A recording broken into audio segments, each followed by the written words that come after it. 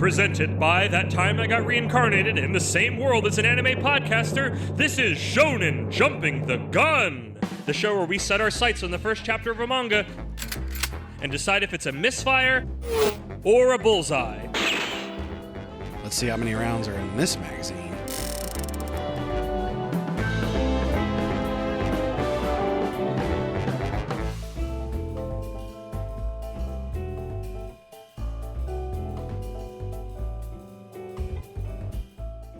On today's episode, Double House.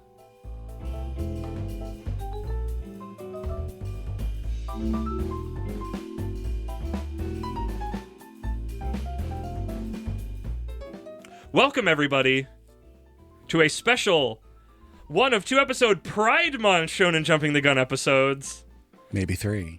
Maybe 3, wow. I don't even know about that. Well, there might be some bonus episodes. Yes. Go check out the Patreon. Gotta get on there. Only $1. I am Kermit the Grog here. No funny nicknames on this one. We're trying to be a little bit more respectful and serious on this one. And I am joined by Isekai Sensei Sama Brad. Brad, how you doing? I'm doing pretty good. That's good. Feeling myself right now. You're feeling yourself. That's what it's about. It's about feeling who you are in your body. And today, as the intro stated, we are covering Double House, which, because this is an episode, spoiler alert, is a manga from 1998 that was then fan translated 20 years after that, and now we're getting to it 6 years after that. And you'll definitely pick up on this as we go through this, but 1998 really... 1998 Japan. Yeah. Was honestly very surprised by this content. I know when you told me the year, because I didn't see it at first. Yeah. I just saw when it was translated. I was just like, wow, I'm genuinely in awe. There's a couple little things in there that are like, yep, that's of the time. But for the most part, it was like, wow, I cannot believe this was 1998. Yeah. But first, as always, we do have to get through Kermit's patented speedrun summary. Hopefully, respectfully. We open on curtains in a bedroom. The speaker waxes poetic about their blue curtains, the morning being their night, and the light through the curtains being like an imaginary ocean they don't want to wake up from. The first night. We're out on the street. Everybody is making comments about this tall woman. Could she be a man? They gawk at her like a circus sideshow act, completely disregarding her autonomy as a human, but also comment on how pretty she is. Fuck those people. This is Maho, as we'll later learn, and she is headed home from work, the one job she can make a living at, but we're not told what. She calls them all out in her thoughts. Their voices are of those who know they can easily walk the wide, perfectly paved roads before them without any sort of unease or discomfort. I love that quote. That's why I wanted to include it. That has come up at my trans and non-binary meetings, concepts like that. As a short aside, not entirely fair for women in Japan, but I understand the sentiment. It's the idea that, I know, we're getting into it in the middle of the summary. It's the idea that even if the road is not great, there is a road there. There is a path that other people have walked consistently enough that it is paved. That is the idea. Like, you're not just wandering out into the brush where no one has been consistently enough to have made a path. Maho is now at the grocery store, and the camera follows another woman also present. The other woman leaves and is confronted by a very pushy man, which she turns down. The man escalates and grabs her, but then Maho arrives and threatens violence, causing him to flee. Other girl wants to make chase, but Maho says he's already escaped and that she should just be safe and get home. Maho leaves, and it appears the girl is following her. What could she be up to? Maho confronts her, but it turns out she lives in the same apartment building, just moved in last week, as they arrive at the building. It's now that they introduce each other. This is where we learn Maho's name. She just says Maho to clarify, and the other girl introduces herself as Kozu Fujiko, and bid each other goodnight. Fujiko notices Maho's full name on the apartment sign as she heads to her apartment. I wanted to double check if Maho was... because Maho, I believe, is on the name sign. Yeah, it was her full name was on there. But I didn't know if Maho was her family name or her name. Because, like, she looks at it, she's like, huh. Because Maho very specifically only, Japanese, you usually get both, but Maho just said Maho. And I didn't know if it was, like, the reveal or if it's her government name on the the sign. I didn't know enough about Japanese gender names to weigh in on that, and did not remember to ask Ben in time for this. I think that was everybody. Her family name, at which the whole point would be that the name that's on the tag would be her birth name. Yeah, but I don't think it is. I do think it says that, but unless I made that up, I don't remember. Well, you look into that. I'm going to keep going. Maho settles in for the night, removing her wig, and heads to sleep while wondering why Fujiko was out that late. She didn't seem like the type to be out for a night on the town. The second night. We get a shot of cleaners and see Fujiko with them, which admittedly the first time I read this, I didn't understand that was Fujiko. Then cut to Bar Arthur. This is Maho's place of work. A businessman is here bringing two of his younger-looking female coworkers to check out the place, gawking at those working there. Maho catches their collective eye, and the two women chat with her. We get snippets of people talking about her. How tall is she? How she used to be a track star. Maho says she did triple jump very well. Oh, and can I just say, I found it hilarious throughout this whole thing. People keep commenting on her height. Yeah. She's 6 feet. She's 6 feet. And I'm just like, and? As someone who's 6'3"? A human being is 6 foot in Japan in 1998, right. Already scandalous. Oh, and while we have stopped, yes. First name, Ryotaro. Okay, so I can... A masculine... we'll say, yeah. As I've named it, government dead name, however you want to call it, on the name sign, which is why they spend a panel going, huh? But not too bad of a huh panel. Okay, back in the bar. One of the women working there notices a stain on the businessman jacket and offers to help clean the stain out, and that she's good at that sort of thing. The man makes some very misogynistic points about how this women here are more feminine and that girls today are all high and mighty and that they don't enrich the workplace anymore. Gross. Maho frowns. You know, I was thinking at this point, I understand what that guy is saying. Yes. But also, like, if that's what you want, maybe you should hire people specifically for that instead of expecting women who you've hired for one job to also be the office mother. Because that's what all women are supposed to be, Brad. Yeah, right. All women are queeks. Sorry, I'm getting distracted with memes.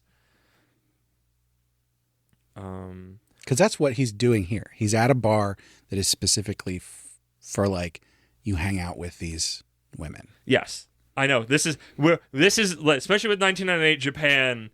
I'm always like, anytime it's like the cross-dresser button gets hit in a manga, and I instantly go into like red alert level 10, and I don't have to come into that as much because we know Maho is not just a cross-dresser. But that also makes me wonder, does that guy know where he is?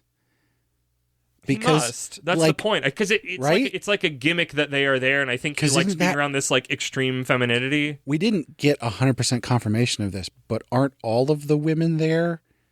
That was my understanding. That's what it seemed like to me. Yeah. The girls comment that they'll have to work hard and are rivals, but another workers, the workers working at the bar, says besides her good looks, she's polishing her feminine charms every day, and that those girls are hundreds of years behind. It's all a messy gender and gender. It's all a messy gender and gender role scene. Cut to later, the bar had a very busy night, but it's good to be making money despite everything. Yeah, we're post-bubble at this point. We're at 1998. Not a great year. Yeah. We're fully out of there. Maho is mentioned having cracks in her foundation, and she says she's got cracks in her heart as well. We unexpectedly jump to Maho asleep on the stairs to her apartment. Luckily, Fujiko is walking by and shakes her awake. Maho is drunk and is failing to find her keys. Fujiko ushers Maho into her own apartment to keep her safe. Maho groggily notices she's somewhere else and comments that Fujiko lives alone and shouldn't be letting strangers into her home, specifically drunk ones. Fujiko wanted to help, stating she trusts Maho after she saved her from the other night. Maho seems to be stuck in a drunken depression spiral, not caring what happens to her, and Joke threatens to jump out of her third-story window. Fujiko gets Maho some water to sober up, and Maho notices how small the apartment is, the smallest one in the building and the lowest rent. Maho finally asks Fujiko why she's out so late, and Fujiko says she was a student until recently. She does nighttime building cleaning. It pays better at night than normal working hours. She's saving up to go back to school. Maho doesn't miss school. She hated it. All her memories are bad of it, especially the track team. She mentions just wanting to blend in and making people think she was a normal boy, but she ended up being really good at it. She was scared wherever she was. It was all about looking for a place she didn't have to live the lie anymore. So Maho is now working at this bar. At first, it felt like finally finding her spot, but now, not so much. Maho finally finds her keys and stumbles home, beating herself up for getting drunk and opening up so much. The third night. Fujiko is visiting her sick grandpa at the hospital. He's recovering well and wants Fujiko to live with them again, but she declines. He says he understands her position, but that her parents are really worried about her. We're at the bar again, and Maho sees a rich family in a magazine and recognizes somebody. Is that Fujiko? It's night now, and Maho and Fujiko greet each other from their windows. Maho offers an apology cake for her drunkenness and then invites Fujiko over for tea and conversation. Can I pause you real quick? Yes. I just want to roll back a little bit because I think this is important. In the hospital, Fujiko goes and talks to a nurse who specifically says that she's surprised to see her because her mom told her that she was studying abroad. Oh, yes. Interesting. Which she never was. No, I think that's just like a front for why she's not, like, she's left the family, but they're like a moneyed family, so they have to put up a cover story and not just like, I guess small spoiler for this chapter, I don't think we learn exactly what, oh no, we do learn why she left. Sort of, yeah. Sort of, kinda. Yeah. Which I guess I will get to that.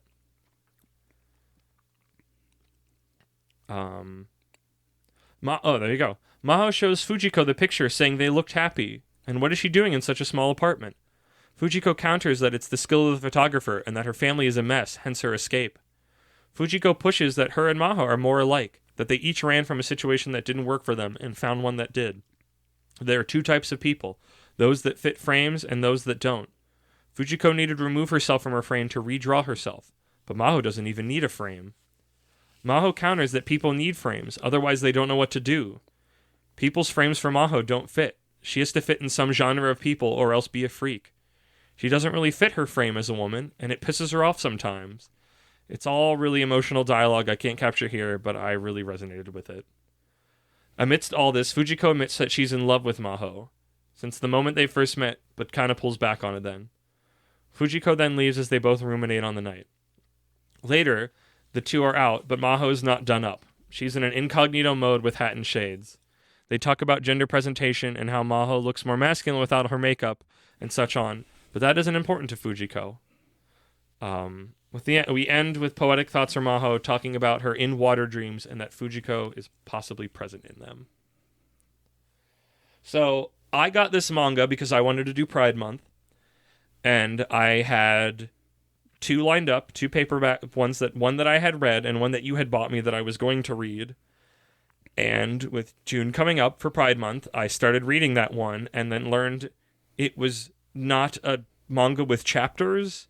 It was like an autobiography, but it wasn't like a story. It was like 4 comas presented around concepts. So I'm like, dang, I need another manga.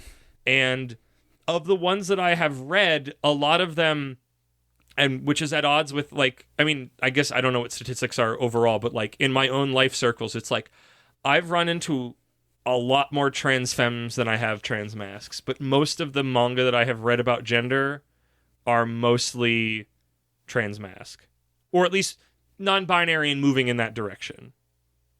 So I was just like, I went to the Flop Discord and I said, hey, I'm looking for a trans femme manga to cover. And I got presented this. I did not know it was as old as this was. Haha, presented. Haha. And because, like I said, it was from 1998, you know, and like, I don't know how, a listener, I don't know how much you're in the know and in all the kind of queer stuff. As a queer person myself, as non-binary, I'm kind of in there, like swimwear, and like the language for things can change fairly quickly in a way that words that were okay to use before aren't anymore. The way that we describe things changes so that the old term becomes passé, to put it lightly, I guess. And to have this, and like I say that to somewhat to the point of like, I don't know how much the localization massaged it, and this is a fan localization. Yeah. This is like an incredibly like forward-thinking, like there were very few, if any, spots that I went like, ugh, gross. Like, ooh, you guys have a old messed up understanding of this. Like, I think a good way to put this if any of our listeners are familiar with Skip and Loafer, which I hope they are because we've recommended it a couple times now. In Skip and Loafer, the main character's aunt is trans femme. I don't know if she's transition, but yeah, no, it's trans femme. You don't got to medically to be trans. No, but I don't know. Anyway, point is, the way that they handle it in Skip and Loafer is like real and respectful and correct. Empathetic. Yeah. And when I was reading Double House, first chapter of Double House, I went, this is very much in line with that. This manga that's coming out in 2024, or rather, this manga that came out in 1998 was doing the right stuff that this manga in 2024 is also doing and showing. Yeah. It is empathetic. It's understanding. The people in the manga gawk at her, but the manga is not gawking at her. Right. But also just the like, oh gosh. I said it in there a little bit, but her thing of like, when she finds the bar of like finally finding her seat, like I think it's like her metaphor is like, I'm in a crowded theater and I finally found my seat. And that initial feeling, and then as she's there for a while and she's just like, but it doesn't feel right. It's like, oh, I found my seat, except I don't like the play. I don't like the play anymore, I think is a good way to put it. And like, it's one of the reasons we're doing this is I'm on my own little gender journey. Like, you can find a spot that is home, but it's a constant search and understanding of what's going on. And I just really, that and the paved paths line, I really like felt. And I was just like, how? This manga is like 30 years old from Japan, who we've talked about on many occasions and other things. Like I said, like anytime a crossdresser shows up, I instantly slam the what's the big button in Among Us? The meeting button. Oh yeah.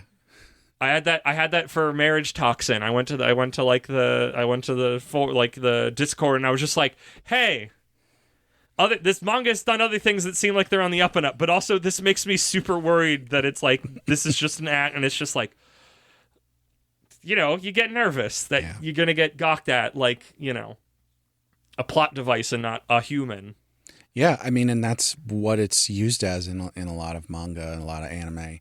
It's just like, oh, look, this person who dresses like a woman, but they definitely look like a man. Ha ha ha. Ha ha ha. Or like they're a predator. Ha ha ha ha. Freaking Persona 5 that came out did that to an extent. That was like a gay couple that is predators against one of the children. I would say, what the fuck are you doing? To the credit of all of the stuff that I read, none of them present LGBTQ plus people as predators. There are definitely instances of them being sideshows or whatever. Yeah. There's plenty of isekai that have like, oh, this is the person who runs the weapon shop or whatever, and oh, look, they dress in dresses and they wear makeup and everything, but they're a big burly guy. It's like, okay, whatever. But they're always nice, kind people. So it's like, oh, you're so close. You're so close, but also you're not. Like, you're just like, you can be nice, but like, hi, I'd like respect. Yeah. This is what I would appreciate. I want to give them credit, because it's always like the protagonist meets them and is slightly uncomfortable at first and then goes, oh, there's no reason to be uncomfortable, and this is a great person, and I'm okay. We're trending in the right direction. Yeah. I'll take it, I guess. Credit where credit is due. Credit where credit is partial credit is due. But no, I am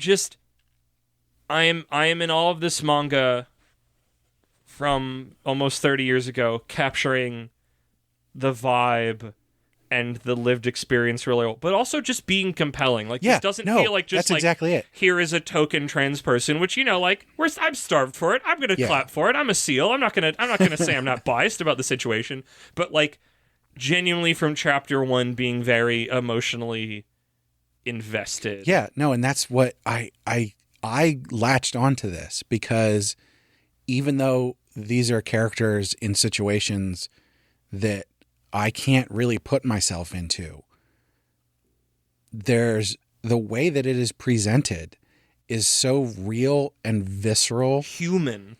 The emotion came through it, and I connected with what these people were going through. I think it was very well done.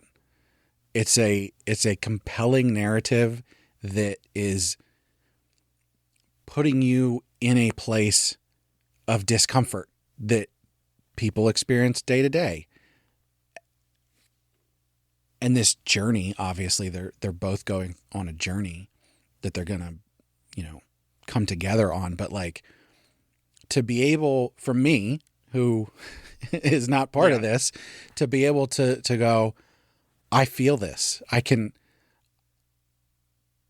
read it and I had to stop and take a couple minutes at the end of the chapter and just sit there because it went inside of me. It made you feel things. It didn't bounce off of me. We haven't read anything like this, and admittedly that's because we mostly stay in a boys' magazine.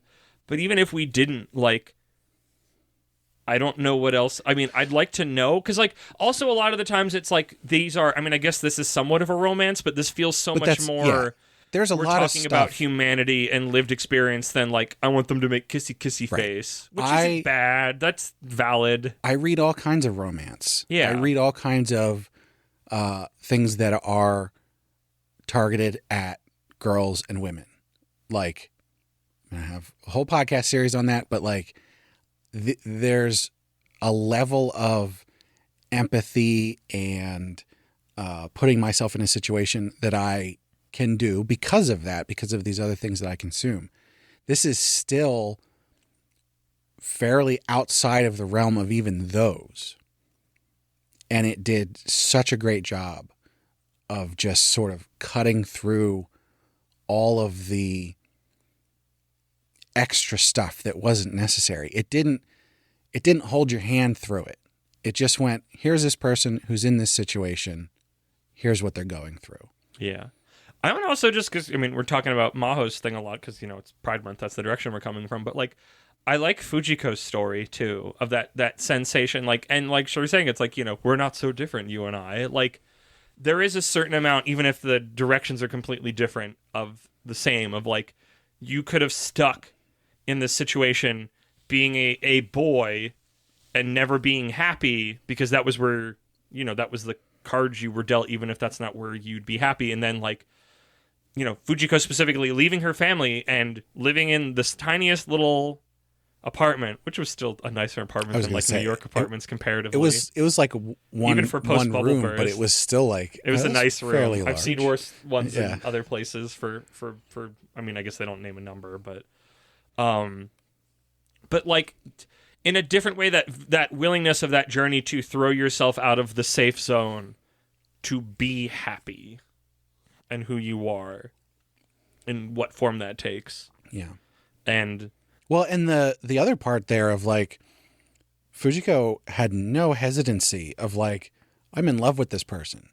I don't care what they're doing, how they're presenting or anything. Like, I have fallen in love with this person. Yeah, I kind of glossed over it, but, like, they do have a lot of, funnily enough, when they go out, then when I said Maho's out incognito, like, she doesn't have her wig on, she's wearing a hat, she's wearing shades, she doesn't still very long hair. Yeah, still very long hair. To put it bluntly, she does not have her boobs in.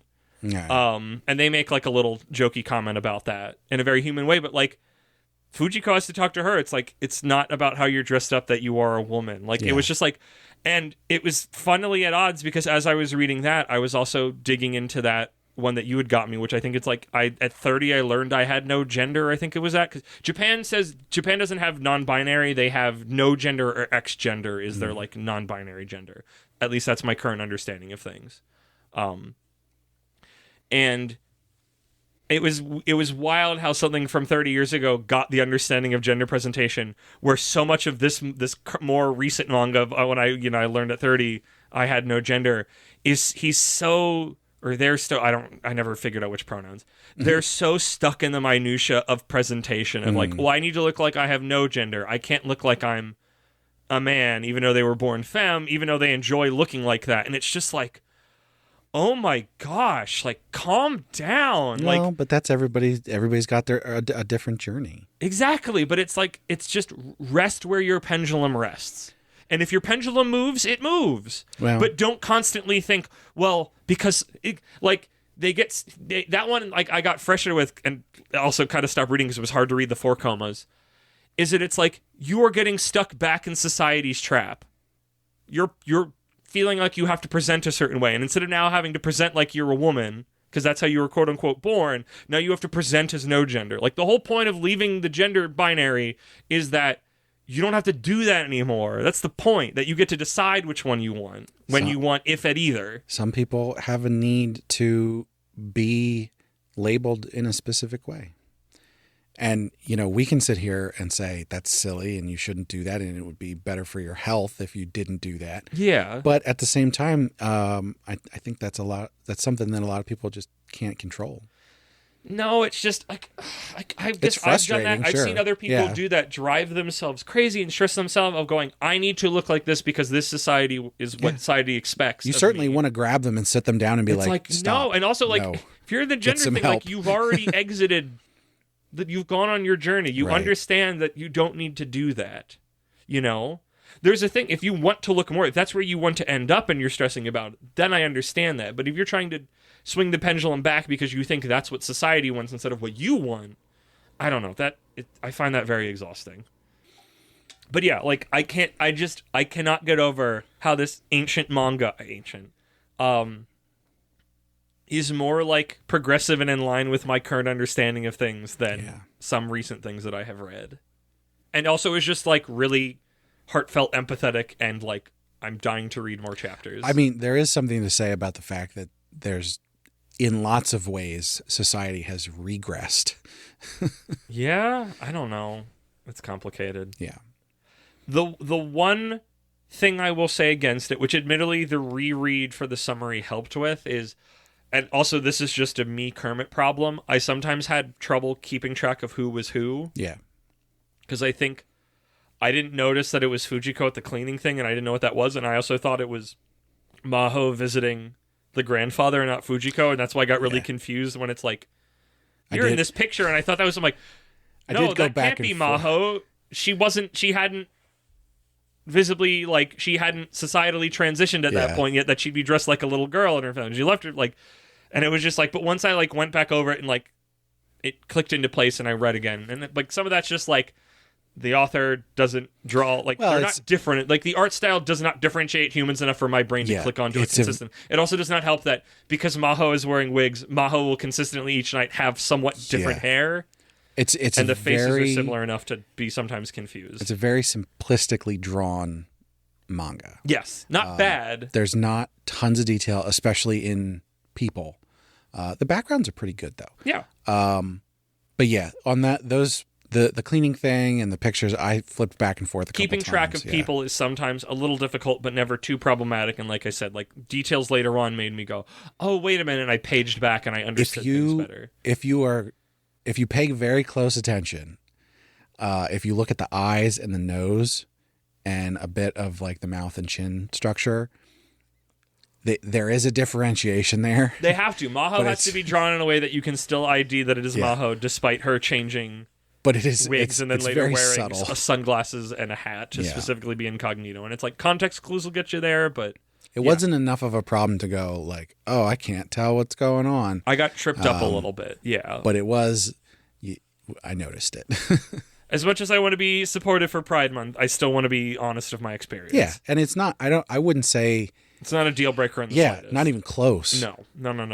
If anything... We've had first chapters of things much more confusedly drawn and put together to keep track of what's going on. If anything, I would say there's no reason not to read this. Yep.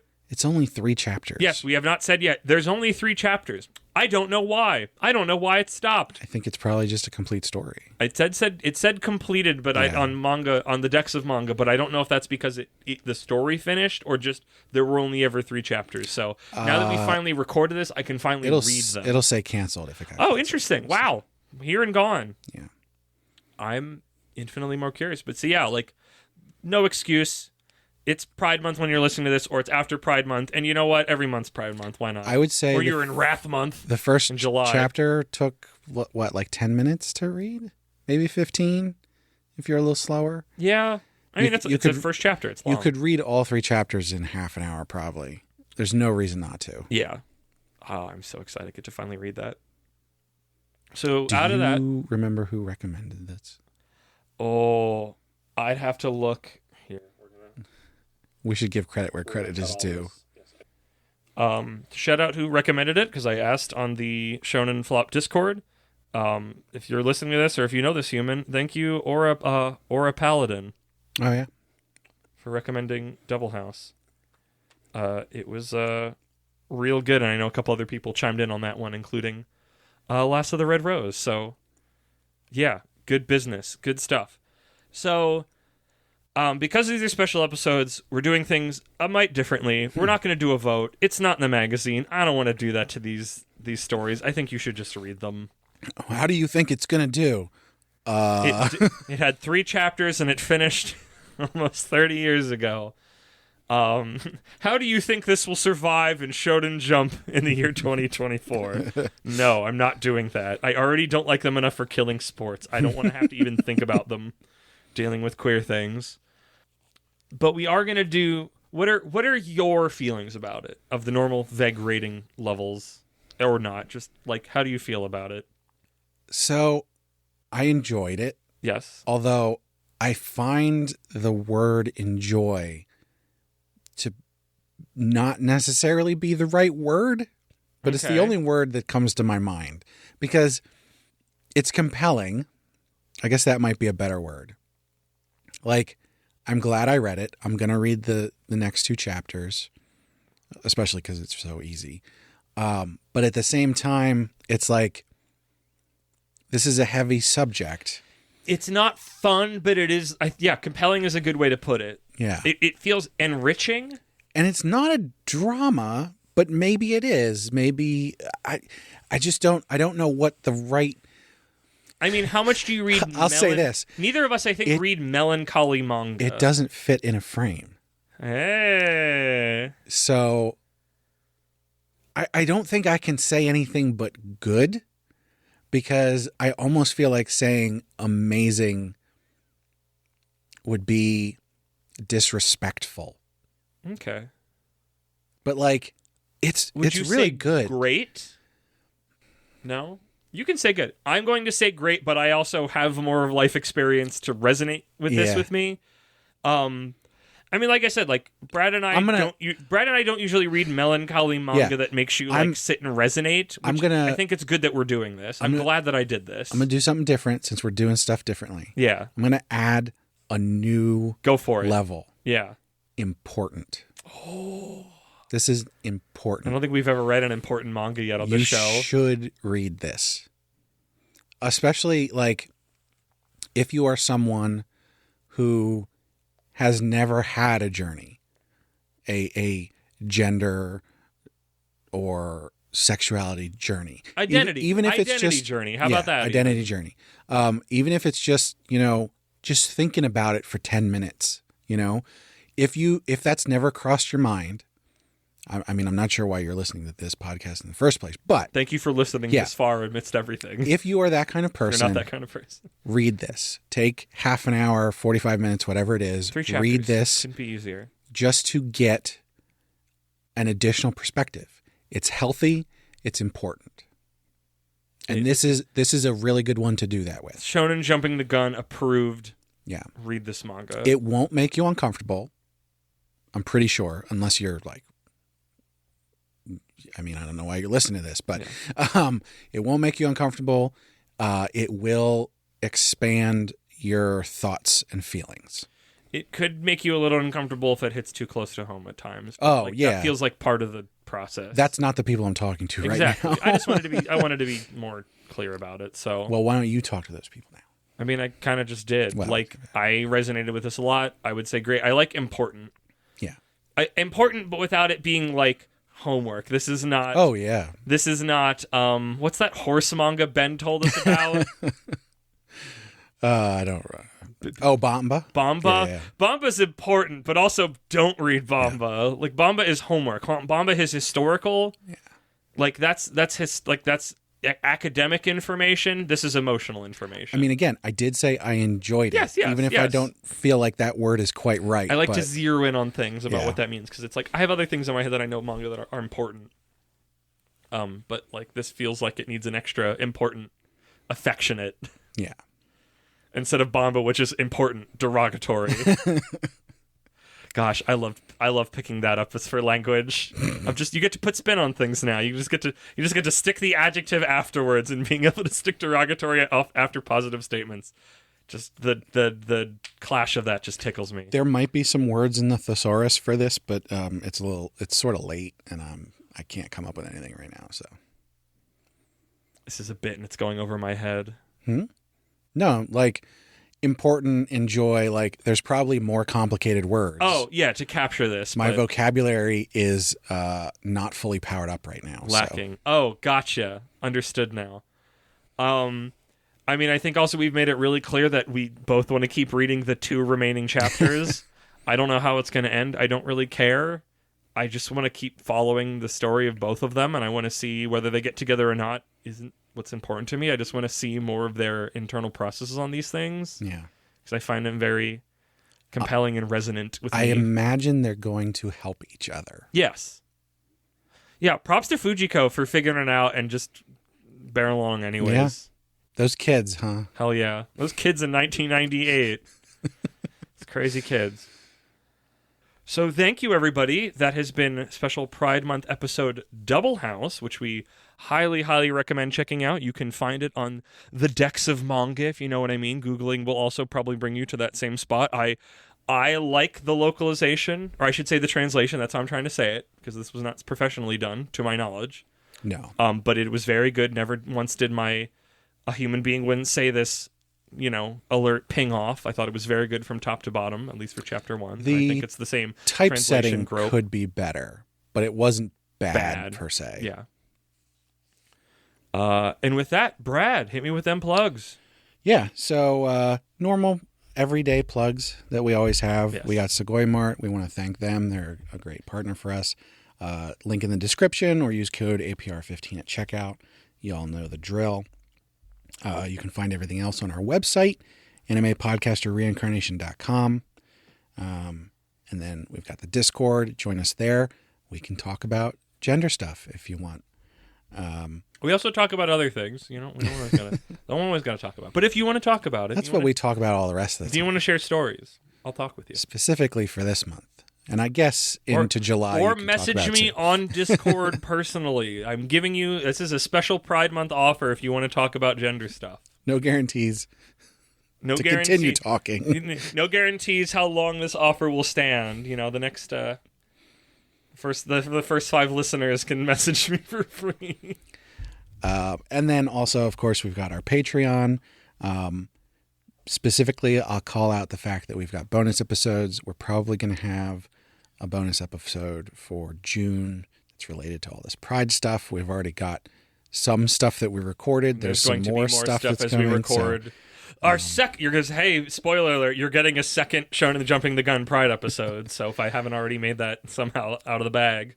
But all tiers get the bonus episodes. So make sure to check that out. And of course, we got to shout out our patrons. So at our reincarnator tier, we've got Cake Dwarf and Moon. At our emergent tier, we've got Kill Hour. And last but not least, at our commoner tier, we've got Rena. And of course, as always, thanks so much to our patrons. Thank you once again for listening. Make sure you listen to our mainline podcast. That time I got reincarnated in the same world as an anime podcaster. And Brad, it's Pride Month, bitches!